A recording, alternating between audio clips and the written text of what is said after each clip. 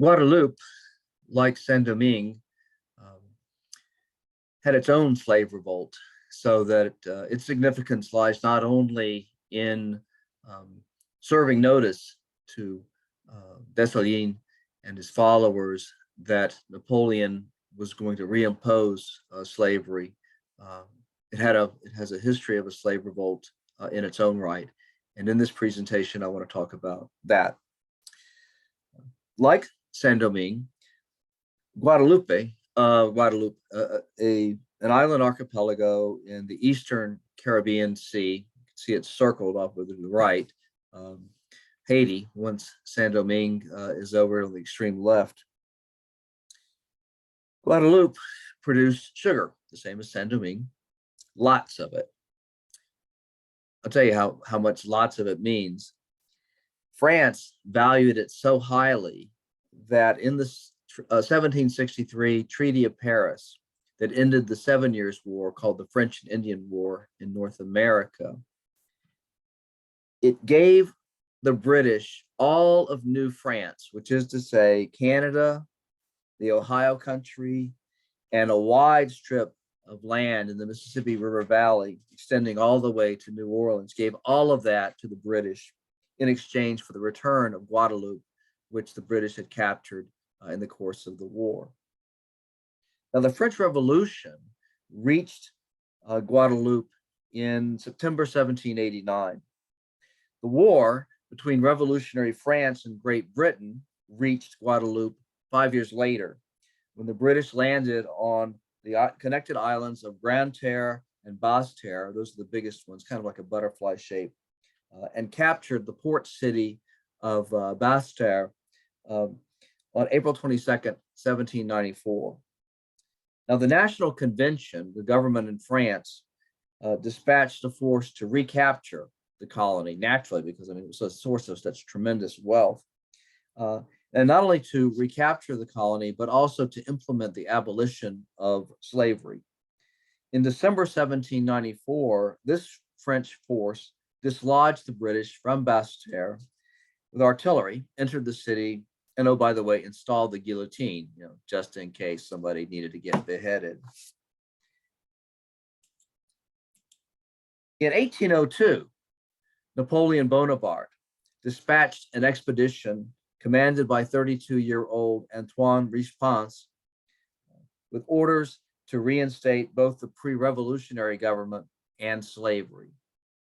This prompted the slave revolt, led by 36-year-old Louis Degre, a free mulatto, that's a person who's half white, half black, born on Martinique, another island in the Eastern Caribbean owned by France, who had actually fought the British on the side of revolutionary France.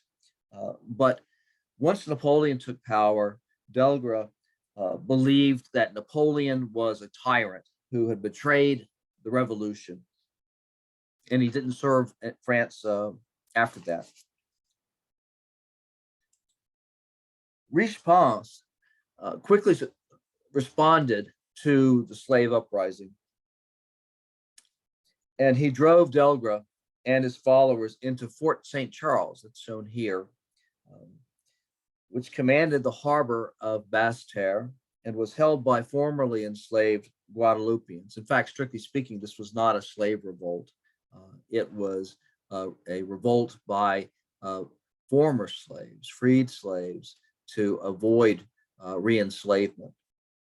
Now, after realizing that he could not prevail and refusing to surrender, Degre left the fort with 400 men and some women, and to go to sort of sortie against the French force. Defeated in a battle, it's called the Battle of Mantuba, on May 28th, 1802, Degre and his followers ignited gunpowder stores, these big barrels of gunpowder, committing suicide in the process in an attempt to kill as many French as possible, and of course, to avoid re-enslavement, even at the cost of their own lives.